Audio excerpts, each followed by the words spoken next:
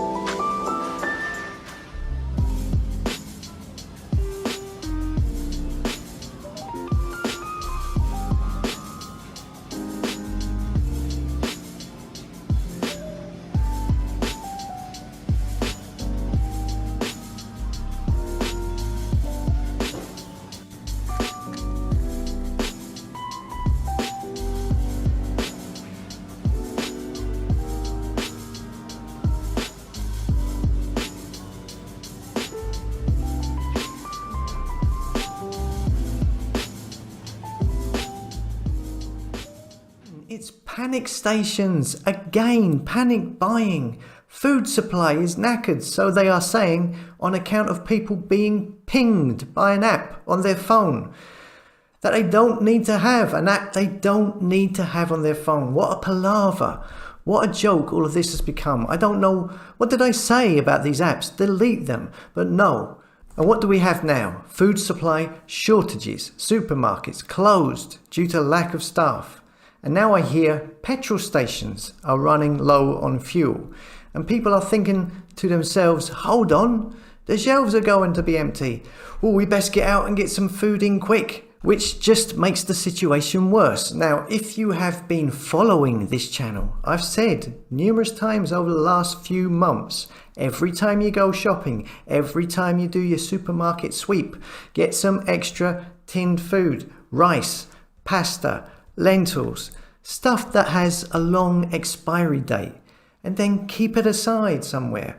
Put it up in the attic or wherever you can find a place to put it, and then the next week do it again and add to it. And if you have been doing this over the last few months, you should have a good supply of backup food, because they've been talking about this for a while.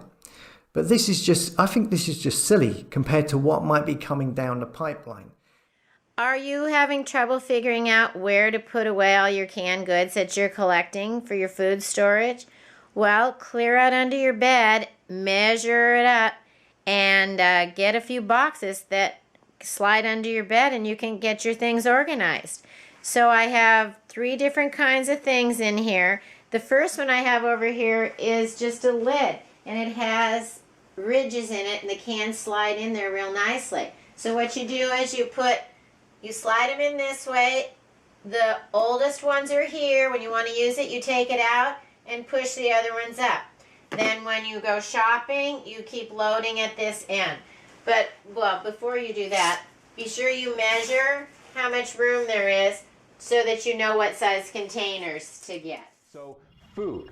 Now, a lot of people have these big, large pantries. They're hoarding canned goods. They've got these really elaborate setups down in their basement with canned goods. They're storing away big, giant sacks of flour and rice and things like that. But if you live in a small apartment with a small kitchen and no pantry or something like that, it's really challenging, right? Well, here's one of the things that I tell people to do.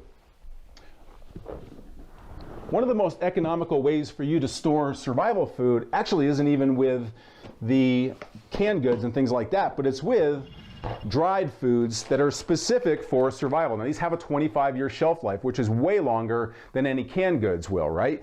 This right here, this one kit, is a month-and-a-half supply of food for one person. So figure it out. From there, if you've just got, if you have 4 people, that's a little over a week of food for your family just in this one kit right here. Obviously you can add more kits, but it fits right underneath the bed, that you're not using the space underneath the bed, nobody sees it, you're good to go. It's very economical as well because each serving is only a little bit over $1, so it's really economical to get this kind of food now. The other thing I really like about it is if you have to hightail it out of your apartment, well, bringing a bunch of canned goods, really, really tough, right? This kind of food, you just pick it up, put it in the back of your vehicle, and you're good to go, all right?